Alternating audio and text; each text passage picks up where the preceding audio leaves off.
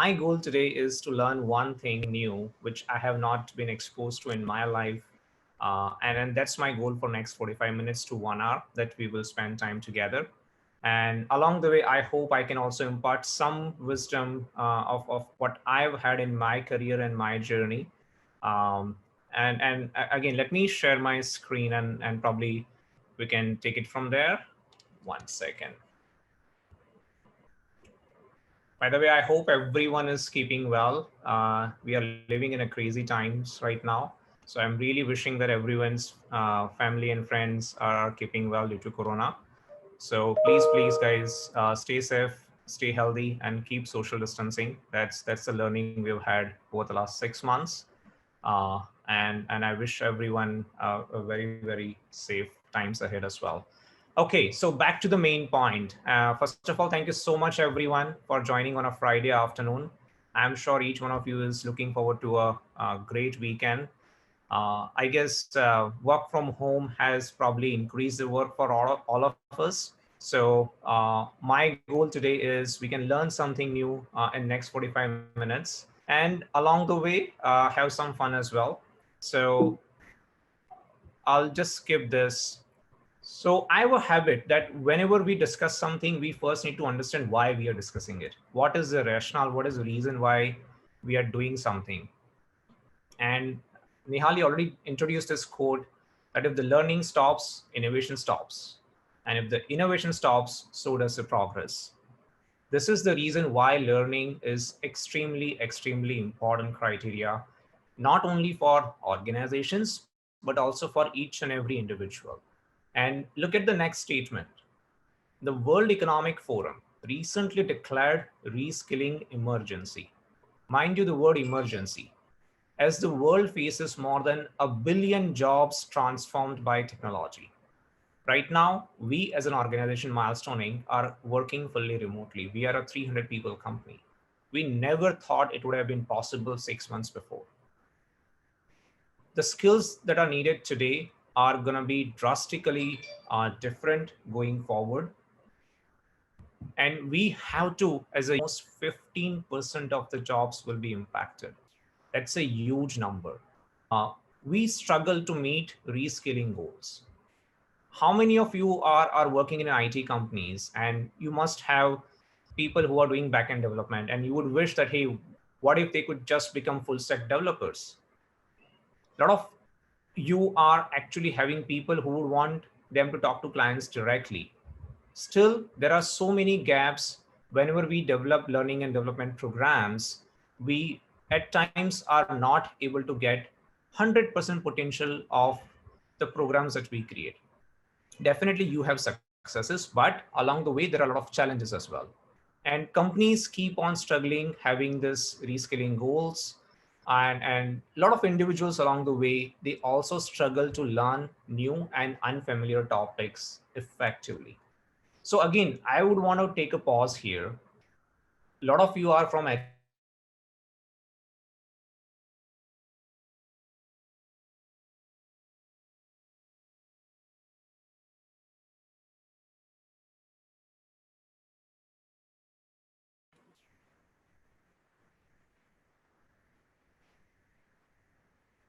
background.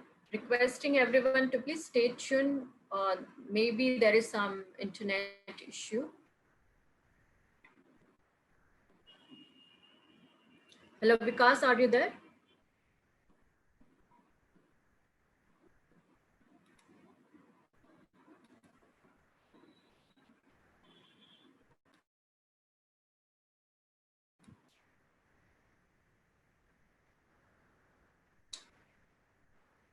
He will be joining in soon, so would request all of you to stay tuned. Hey, my apologies, guys. I think there was some problem at my side for internet. Am I audible? Yes, perfect. Okay. So, Nihali, I don't know how or when I was lost in the internet during the internet breakup. Yeah, you So, were.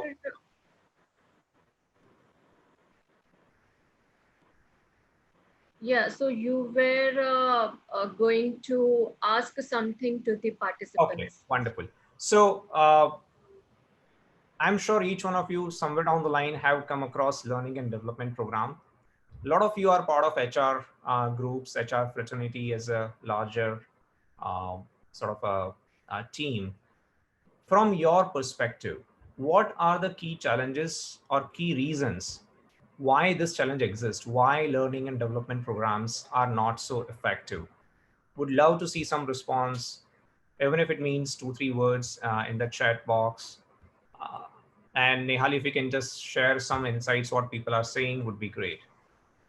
Sure, sure. It's a forced initiative. Okay, Sustainability of programs. People are not interested in learning. very good. What else? Yes. Would request participants keep posting your comments. Busy with BAU, lack of Lack of resources, business as momentum usual. is lost after session. Most of them are reactive programs instead of proactive approach, busy with workload and urgent deliverables. It's a calendar driven work. Yeah, I like the very first comment made by Sapna, which says it's a forced initiative. And for me, that is the key why this challenge exists.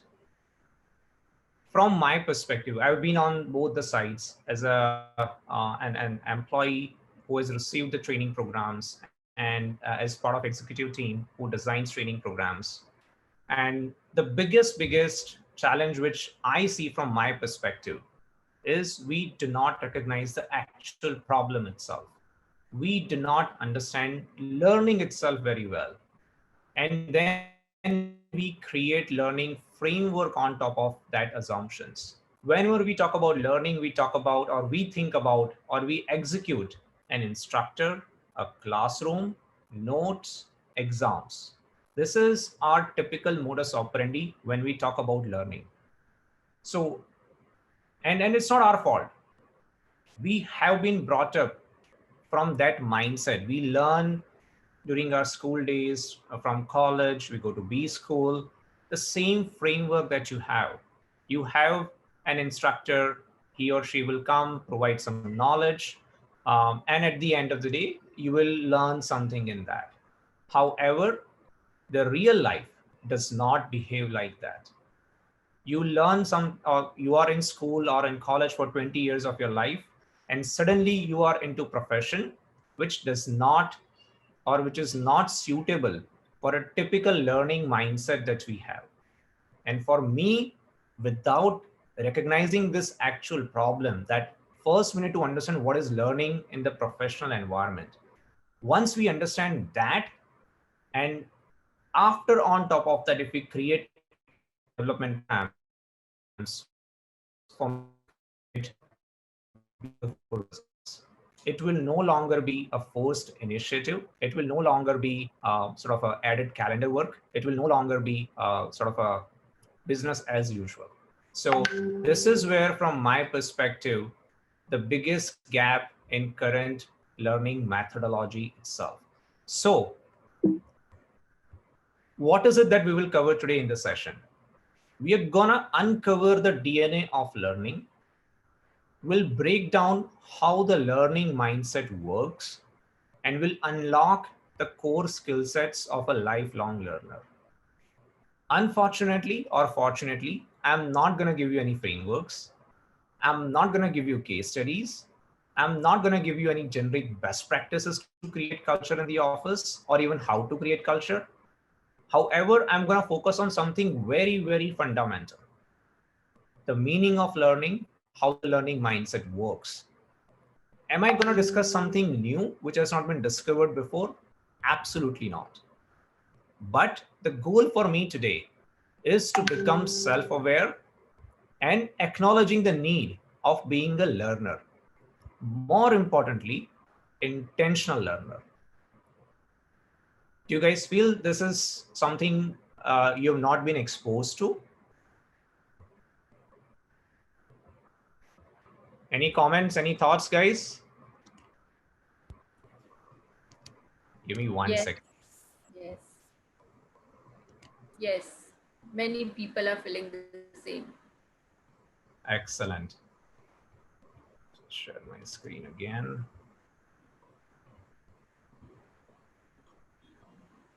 So let's first understand what is intentional learner.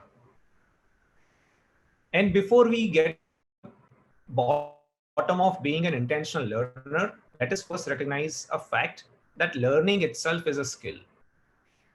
And if you really want to be a learner, you have to convert learning into a habit. So people, and I've seen a lot of great, I've had the privilege of working with a lot of people who progress in their career very, very, very quickly. And what I have understood from them is these people have really mastered the mindset and skills of learning effectively.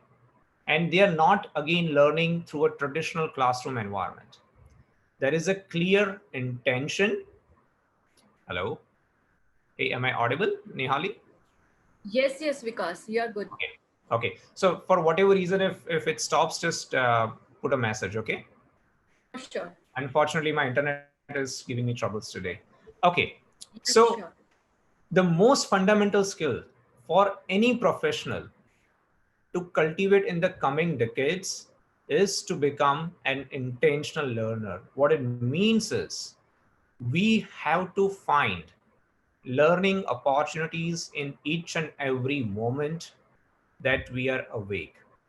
Whether you are having a discussion or a meeting with a coworker, or you are in doing the review during that scenario. If you are a marketeer and creating a marketing program and talking to a client during that time, you have to have a mindset wherein each and every experience, if you take it as a learning opportunity, wherein you consciously, whatever information you receive, you process that information as if it is a learning opportunity. Am I learning something new or not?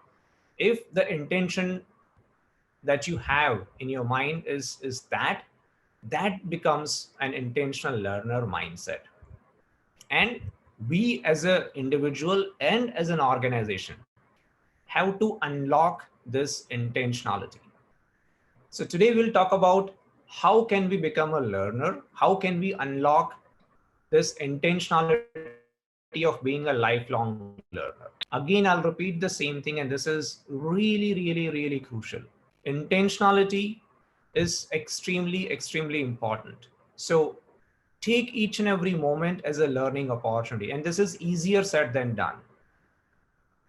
More importantly, a lot of people might feel that, hey, I cannot learn this. And that is the most mindset we need to get rid of. First, we need to acknowledge each of us. There is not even a single exception. Each of us can become an intentional learner. And today I'll expose you to very simple core fundamentals and skill sets which you can practice in your life to become this intentional learner. I'm going to expose two critical mindsets and five core practices which you can start implementing right from today, from this very moment.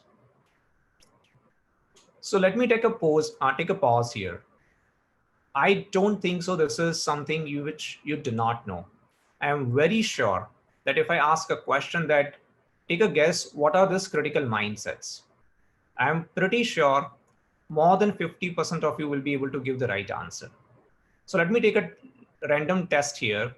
What do you guys think are the two critical mindsets for creating or for becoming a lifelong learner?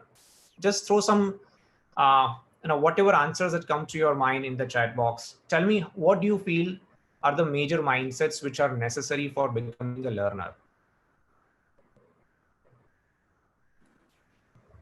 Any thoughts, guys? First is willingness and determination Okay.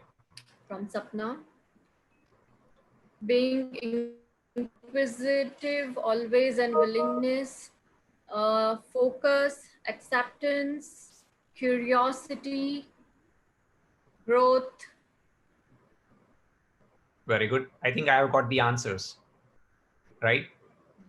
Enthusiasm. Wonderful. Positivity, proactiveness. Yeah. Okay, so let me get to the bottom of it. Actually, the answers are right here in the in some of the folks have said, and exactly this is what Shweta C and Shweta Mukherjee. I think both Shwetas are really really awesome. Curiosity and growth mindset. That is the key in terms of unlocking this intentionality. Okay, so the first mindset in terms of being a intentional learner is growth mindset. I'm sure everyone has heard a lot on the growth mindset, so I'm not going to give or go a lot deeper into this. However, I'll take a deeper dive into other aspects which I feel are relatively unexplored. Still, just to conclude couple of things, and I do feel these are very, very crucial. Not having a growth mindset has a lot of challenges. What it means is it limits your success. You are limiting yourselves, not having a luxury to be something more powerful, something more fulfilling in your mind. So, definitely from that perspective, growth mindset is extremely important. From my perspective, growth mindset is nothing but being open to possibilities. You should be open to all the possibilities. And how can you do that? How can you open yourself to all the possibilities? Whether you are working as an individual contributor and tomorrow you want to lead entire department or entire organization, what is the one small thing you need to change which will give you dramatic results? I have done this personally in my life, and it has given me excellent results, at least in my own career. And that one single thing is shifting your inner dialogue. Each one of us talks to themselves or her or himself in their own mind. The very moment you shift the way you talk to yourself, you will be able to unlock growth mindset. A lot of people, and this is me myself, I used to think like this: I'm terrible at giving presentations. From that point, when I started thinking that, hey, it's just about having more practice in front of others. So the way you talk to yourself is not that, hey, I'm terrible at giving presentations. The way I talk to myself is I need more practice in front of others. And then the world became my playground. I started giving presentations to each and every team I met, each and every, um, I've been in a startup life, each and every investor I met, just started giving presentations, and I slowly and steadily became more confident. So the dialogue that I had within myself was I need more practice. So I just reinforced that behavior. Same thing, a lot of people I work with today, they are managers or senior managers, and they have a ambition to be a director or head of department. And the dialogue that they have in their mind is, I will never be able to get this promotion. However, if the same dialogue can be shifted to, I need this additional concrete XYZ experience before I am ready to that promotion, for me, that is much more open and allowing the possibility of having the growth mindset. So there is, and I'm sure you'll find lots of books who will tell you about growth mindset, how it can be developed. For me, thus this one particular piece of advice has helped me a lot, and I myself have read at least 5 or 6 books on growth mindset. But this one advice has really resonated well with me. I've used it, and a lot of my team members have used it, wherein you shift your own inner dialogue. So with this, I'll move into something more interesting today, which is curiosity mindset.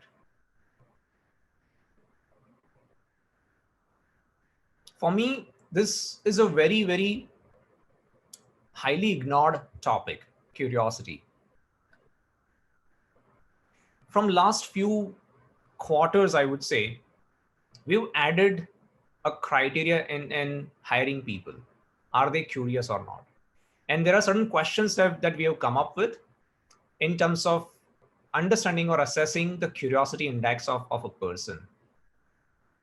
And guys, believe me, the people we have hired, by making some compromise in terms of if they have less knowledge on Angular, little less knowledge on, say, C Sharp, little less knowledge on, say, paid media marketing strategy, that compromise is good enough. But not having a compromise on curiosity mindset has given us tremendous results. People have just come in, learned new things, given that they have developed this curiosity mindset.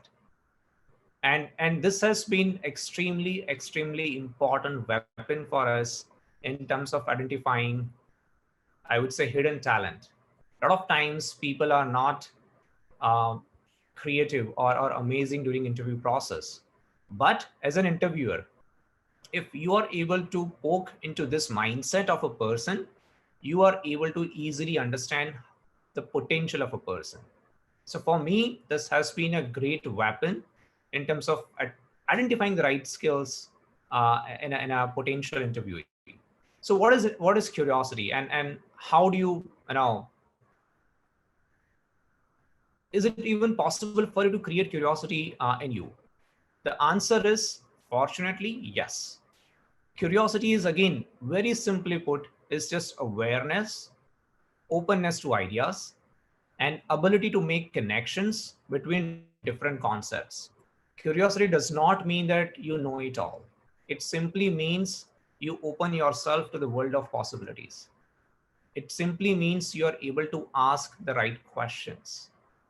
And the reason why this is very important, again, I'll refer to the same thing which I said earlier. The world is changing dramatically. Almost, again, I'll repeat the number, 1 billion jobs are going to be transformed. There will be machine learning, there will be natural language processing. So there are a lot of mundane tasks which are going to be taken over by technology. What it means is, what technology cannot produce today is curiosity. And that is the secret weapon that we have as human beings. It really sparks innovation. It is the beginning of the entire cycle that feeds your ability as a learner. So this is very important. And you know what the best thing about curiosity? It does not diminish with the age. Even if you are 50 years old, 70 years old, or 5-year old, you can have the same curiosity. I have a daughter who is only 3 years old, and she asks me 100 questions that what is this, what is that? And I will always encourage her to ask even more questions, even if I'm tired after doing 15 hours of meeting in a day. But do not kill that curiosity inside you. And if you feel that you lost that edge in curiosity, then today I'll give you some practical things you can do to build your curiosity muscle. And yes, I call it muscle. So how can you build and strengthen your curiosity muscle? Very simple things. At least in writing, it is very simple. In practical terms, it's not so simple. There are 3 things which you can do on a daily basis. And once you do this on a daily basis, then it becomes your muscle power. And muscles have a memory. I don't know how many of you know that, but there are certain reactions you do unknowingly. There are certain way you behave unknowingly, right? A very simple thing. Why do you brush your teeth in the morning? Because you want to keep it clean. You want to, and slowly and steadily it becomes your habit. Then you don't need to think twice about brushing your teeth because you've developed that muscle, you've developed that memory in your body. Same way, you can also develop curiosity if you feel you've lost it along the way. And there are very simple practices. Number one, face your fears. Again, this sounds very dramatic, sort of a movie like, but this is very simple. Whatever things you're afraid of, just put it on a piece of paper that, hey, I do not like asking questions. How many of you are there in this group who do not like asking questions? And I would really want them to ask one question in whatever I've done so far. Let's see how many of you can practice this right now.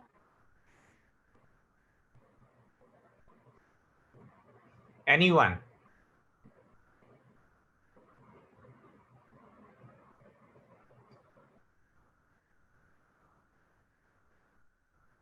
What is the question? Failure. I think Shweta is writing failure. Fear of failure. Okay. So again, I do not want to do any one-on-one dialogue here, but the point I'm trying to make is whatever fear of failure that you have, Shweta, please put it on a piece of paper. And once you do that, only thing that you need to do is just think it through. What, let's assume that fear of failure, or that fear is you do not want to be in front of a crowd. Let's assume that is a fear that you have. Just ask questions at what keeps you doing that. And if you remove that fear, what is the positive reinforcement, or what is the result you will get if you get rid of that fear? And have that as a goal. For example, in my personal case, I did not like making presentations. I hated in terms of being in front of people. But once I realized that if I remove this fear, the fruit that I'm gonna get, or the success that I'm gonna get, will be in terms of getting to the best B school in 1 year program. So I took a goal that I really want to be in the top 10 B schools across the globe. And one of the criteria of getting into that B school was you have to be a good presenter. So the moment I wrote it down on a piece of paper that this is my goal and this is my fear, it really became a piece of cake for me to take steps. Yes, there were failures along the way, but the very moment you have your fruit, and again, if you do not know what is habit loop, I would really urge you, just go to Google and put a query that habit loop or habit hack, and you will really be able to understand that how can you create this habit. Whatever fear you have, whatever failures that you have, more often than not they are perceived failures. So only thing you need to do over here is put it on a piece of paper and just write, if you remove that failure, what are the positives you're going to get. Number two, in terms of making curiosity muscle or strengthening your curiosity muscle, always seek for novel experiences and ideas. What it means, get out of your comfort zone. That is only what it means. If you are an HR person doing recruitment, please make sure that you stretch yourself in terms of getting into HR general management piece. Go and talk to your management stakeholder in terms of what is the role HR can play in terms of making an organization successful. If you are a developer, talk to your customer, understand what kind of product or service are they looking for. It's not about only doing coding from the back end. It's also about talking to people, getting new different experiences. If you're going to do something different, then slowly and steadily, your curiosity muscle will be strengthened. You will like doing different things. Again, get exposure to a new environment. And on the similar front, what I did, or what we did as a Milestone Inc. is we created different career pathing, wherein we started shifting people from one department to another. As long as they were doing really good in their own department, we gave them exposure to get into different department. For example, an engineer can get an exposure to being into product management role. A product manager can get an exposure to being into customer success role. A front-end developer get an exposure to be a back-end developer, and vice versa. And we call this as parallel career pathing. Typically, you only or horizontal career paths. Typically, in the organizations, you only have vertical paths that, hey, you are a software engineer, You become senior software engineer, then you become a team lead, then you become a manager, then you become a director, and so on and so forth. But the world we live in no longer requires you to be only unidirectional. And having that diversity in your experience is very, very crucial. And it's not just only for the benefit of the organization, it gives much more benefit to your teams in terms of scaling effectively. So please have novel experiences. And again, you might feel that, hey, in your company, you do not have that. From my perspective, it's just a matter of going to your manager and talking about this. So make possibilities and seek novel experiences. And the last piece is focus on what you love. More often than not, we ignore this. Always develop a hobby. Have a sport that you love to play, even if it is cricket, even if it is volleyball, play guitar, something. Have something beyond your work and beyond your normal routine life. This will not only force you to learn something new, but it will also unwind your continuously thinking mind that, hey, I need to grow in my career, I need to do this, I need to do that. So you should always have something wherein you can focus on on doing something you love, even if it means that you love spending time with kids, you love whatever that is. Have something which fuels passion to your life. If you do these three things, again, just to sum it up, pen your fears on a piece of paper, have new experiences in terms of your work, in terms of outside work, and have a hobby. These three things alone will help you develop curiosity mindset. So again, just to wrap it up, there are two mindsets of becoming lifelong learner. One is your growth mindset, another one is curiosity mindset. So these are very three practical tips you can implement on your own in your life, also in your organization, in terms of really making those learning programs successful. Okay. Uh, this is the last piece I'm going to cover today. And again, I want to take some time into going into detail of each one of this. So far we have talked about developing mindset. One is your growth mindset, another one is curiosity mindset. But would mindset alone solve the problem? Probably not. Like I said, we have to create learning as a habit. And if a habit is to be created, from my perspective, it is the hardest thing in probably at least in human life. Developing a new habit, cultivating a new habit, it is the most difficult things.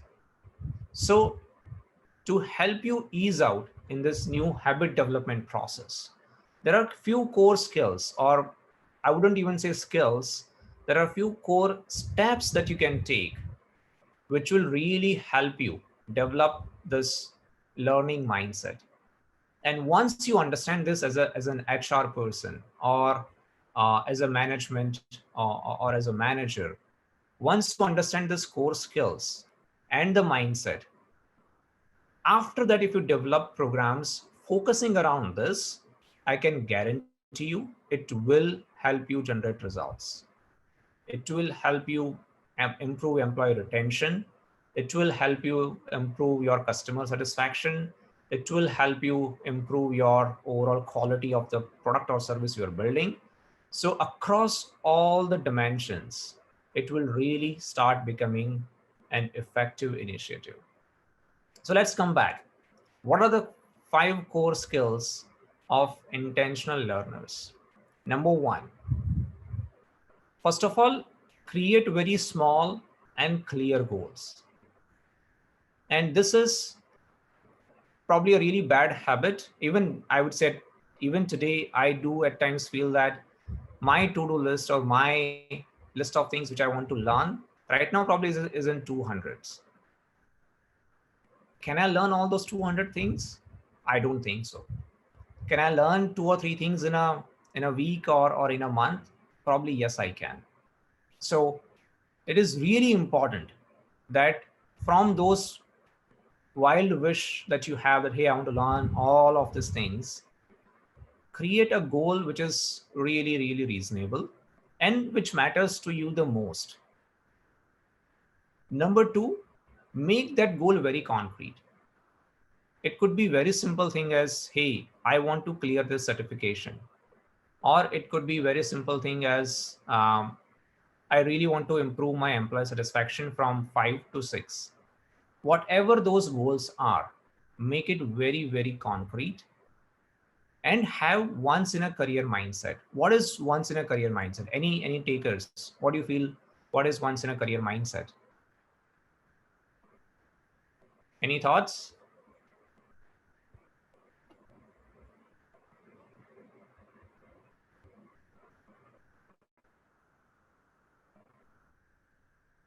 Anyone? What do you think? What is once in a career mindset?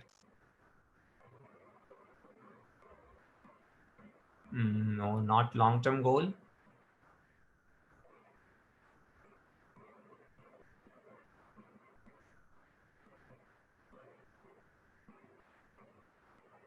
Actually, the answer is in the words itself. I have a job, so no need to learn more. No, no, no. Must be achieved at least once. No. Once in my career, I want to do XYZ, somewhat near to what the actual answer is. So I think Dhruval is writing that once in my career, I want to do XYZ project. Uh, Very near to that. So what this means is, like I said, I have 200 things I want to learn, right? And at times, it really becomes difficult to learn all those 200 things. So adopting once in a career mindset, it simply means that I'm not going to get this opportunity again ever in my career.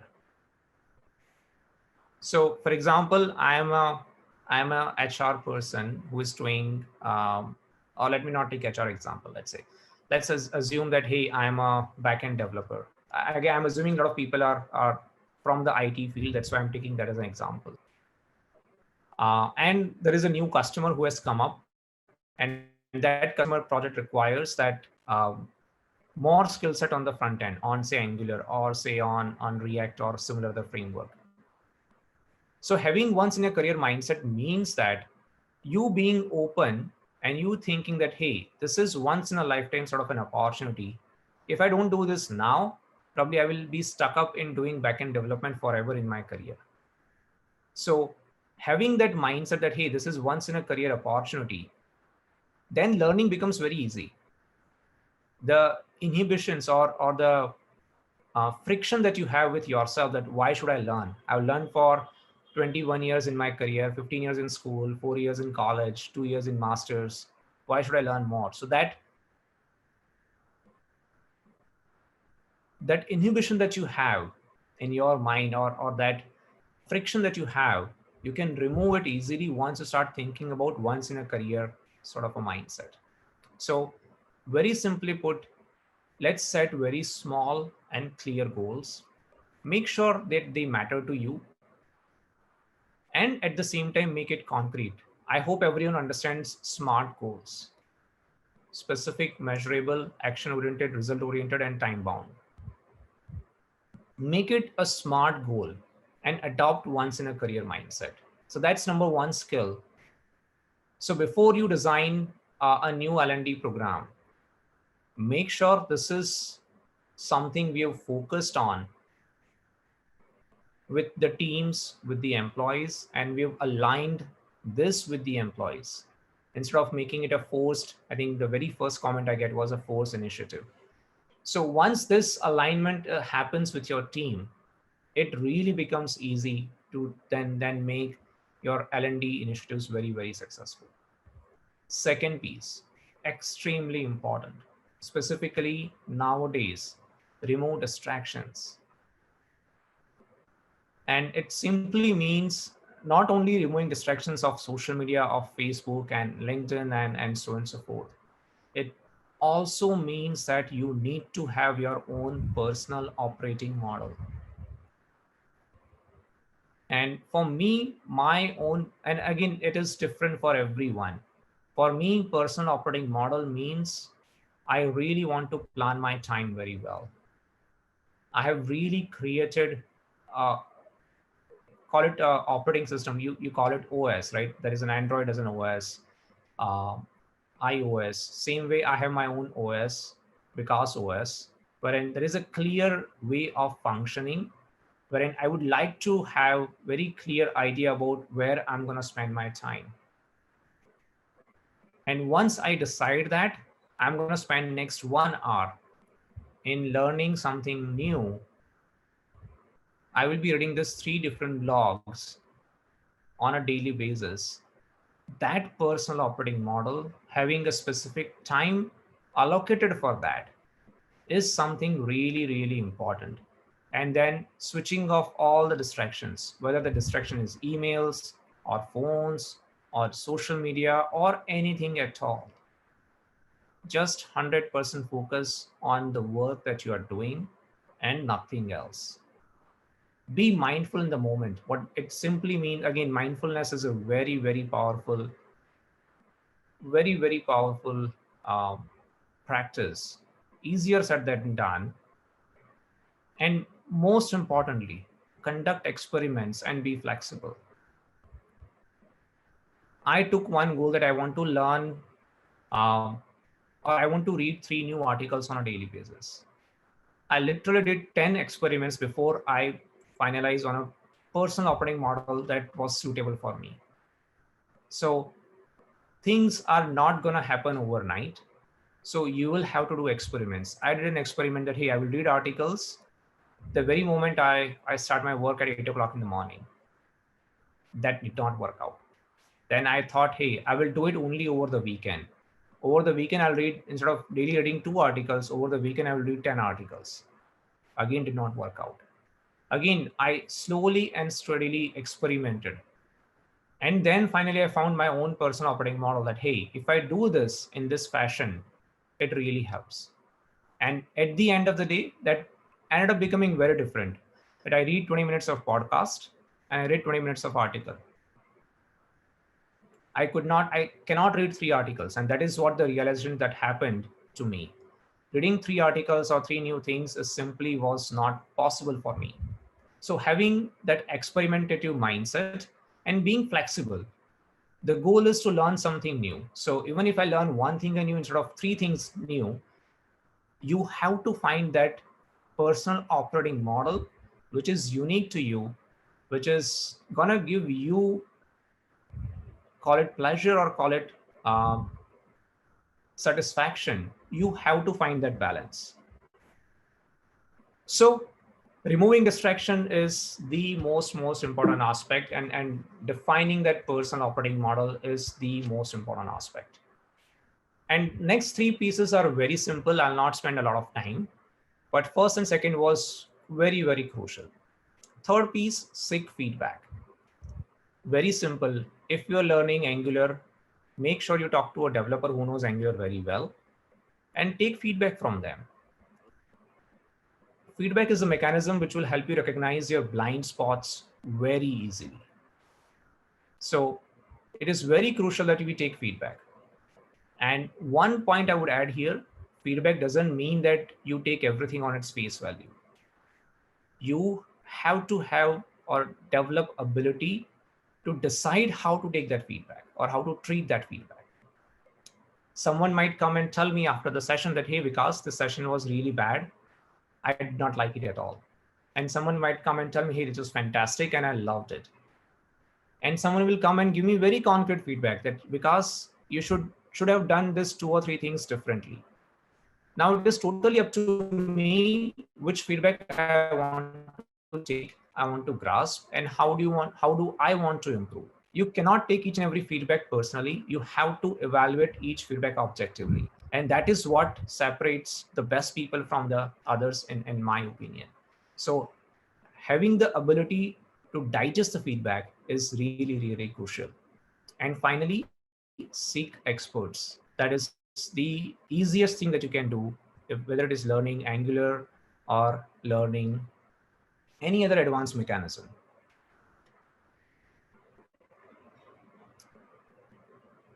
Again, deliberate in the areas you want to grow in. Have a very narrow focus. Don't have 200 things to improve on. It's not going to happen. One or two or three things, and go completely in detail without being superficial. If you know something, make it a point that you know it fully well, and then you develop your curiosity muscle, and then you become a lifelong learner. And again, finally, practice. Practice makes a man perfect, and that's how it works. Continuous practice, and along the way have a regular reflection. How much have you improved before you started learning something, during you were learning, and after you've learned that? So have this simple framework: set goals, remove distractions, seek feedback, deliberate the areas you want to grow in, and practice with this five things. So even when you develop your learning programs, make sure those learning programs are aligned to this five simple core practice or core skills. If it is not aligning to these five things, I can assure you learning programs will not yield results as much as they should have. And I think I now feel that a lot of people are getting restless to enjoy the weekend. So I think I'll sum it up very simply. Learning itself is a skill. Make sure we recognize that. Be an intentional learner. I think I've given simple framework in terms of, again, I wouldn't call it framework, simple practices that you can follow in your day-to-day life, whether in terms of developing growth mindset or it is in terms of developing curiosity mindset. Build your curiosity muscle. Extremely important. Before creating any L&D programs, please understand the DNA of learning. Very crucial. Understand the five core skill sets for learning itself, then you create learning framework. And finally, please stay hungry and stay foolish. Nothing is more important than that. And that's pretty much it, guys. Thank you so much in terms of being a wonderful audience and spending your last 45 minutes with me. Truly honored. So thank you so much, Peterson. Thank you, Nehali, for getting me on board on HRAI session. Truly honored. Thank you so much. And I would love if you guys have any questions, any practical things you want to ask about. More than happy to share my perspective. How can we make learning programs more attractive and lucrative for employees in current times? So again, I don't think so there is a single clear answer to that. What has really worked for me is aligning the objectives of an employee with the objectives of the organization. Hello? Hey, am I audible? Yes, you are. Okay. So the whole objective alignment, um, again, I'll refer to the very first comment I think someone made, that they are forced initiatives. So whenever your learning becomes a forced initiative, it will never ever be successful. So number one, it has to be aligned with whether really employee wants to or has that ambition or not. That's number one. And again, if the ambition is not there is a way to create that ambition as a management. At the end of the day, if you are into HR, you are into selling your organization. So how can you create that alignment? And creating that alignment in itself is an art. For you to be able to show that growth path as an HR person is very crucial. So for me, having that alignment is very important. And second, again, I'll say the same thing. It is not about creating learning and development programs. It is about creating the culture of curiosity. People would still be interested in learning something if that becomes a habit. If learning becomes a habit wherein there is someone who is sharing, and again, the way I have really worked in my organization is we start rewarding people who share learning or who share something new, something innovative.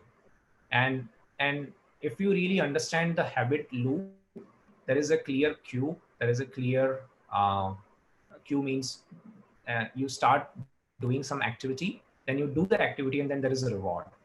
So when you continuously reinforce that behavior in the organization, that hey, this person acts, he or she learned something new, and he shared that with wider audience, and that person was rewarded. So small, again, reward doesn't mean monetary reward. It could simply mean public recognition. It could simply mean that we provide that employee an opportunity to grow in the team. So once you create this sort of a feedback loop in the organization, this habit in the organization, wherein you start rewarding small learnings, I can guarantee you that your learning programs will start making an impact. So two things from my perspective: one, align your employees objectives with organization objectives, and two, create this small behavioral loops in the organization, wherein you start rewarding people for learning and for growth. And then I do strongly believe your programs will not look like forced programs, and b, it will start having bigger impact than they were showing before. Amazing, very rightly said. Okay, we have a second question. How can we add gamification while designing the learning program? Any examples on it? Gamification has been very interesting. I think again there could be numerous examples. I think the best thing that we have done is, or we are actually planning to do, is hackathons, wherein in a short time frame we start doing ideation exercise and creating an MVP or minimum viable product exercise, and we start rewarding that. So for us, that kind of gamification has worked really well. Otherwise, other general gamifications haven't given us great results so far. But and again, this totally depends on the company and the context. uh, Maybe the gamification strategy for Infosys would be very different compared to, say, a 300 people company that I manage, is going to be very different. So there is always going to be a context to what kind of gamification works. uh, so for us, hackathons have been really awesome.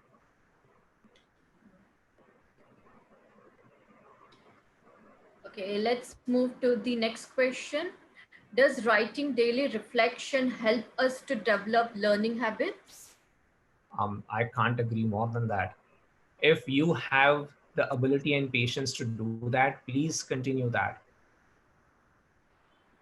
That is an awesome practice. I would say if someone is not able to do it daily, even if you do it weekly, every weekend, for me, that is a great place to start. It will definitely improve. Again, just writing will not improve for sure, but then there has to be a clear, uh, you know, effort to pursue the goal. So that has to be there. So definitely,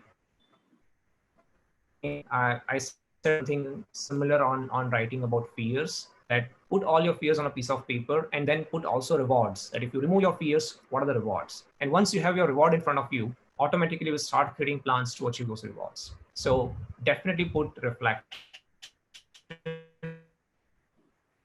put what you want to achieve on a piece of paper, and once you start having a habit of tracking that yes, you've achieved something, and that tracking becomes very pleasure, right? So definitely, if you can do it on daily basis, nothing like it. But if you can't do it daily, at least do it weekly. That's what I would say.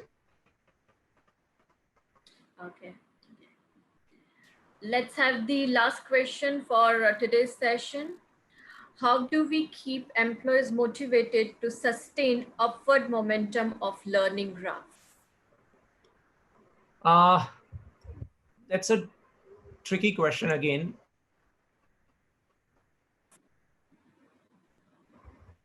So I'll give the same example. I think what worked for me was creating that habit loop, that we started rewarding small learnings. We did simple one thing, that every Friday we kept 1 hour for innovation, and we said that anyone who comes in and presents an innovative idea for 15 minutes, we give them public recognition. Initially, for the first 4 sessions, only 2 people came in every session. And after that, now there is a waiting list. So small things, try to reinforce it in the organization. I don't think so it is about creating a fancy framework or even monetary rewards. I do believe even simple recognition in the organization goes a long way. And for me, that is the only way to keep employees motivated. And definitely, since you're talking about employee motivation, one thing which has worked very well for me is showing the growth path to an employee, or even saying simply that, hey, this would look good on your CV. That goes a long way in terms of motivation. So having that sort of a being a mentor kind of a mindset, uh, and building that relationship on a very authentic level with an employee would go a long way, right? We know for a fact that employee is not going to work in the same organization forever in the life, right? And once the intention is to create a connection, to build a network, I think a lot of problems gets resolved from that perspective. So I'm sorry, I don't have a very concrete answer for you that how do you improve the morale of the employees for learning. But for me, just simple small things has worked really well, and I would just follow that. Yeah, very well described. We do have a few other questions, but we are running out of time. So what we will do is, like, we will send all the questions to you, and then after we would reply to the participants through WhatsApp or emails. Sure. And again, feel free to get in touch with me on LinkedIn. I've shared my link, or even on Twitter. More than happy to answer and connect on both the platforms.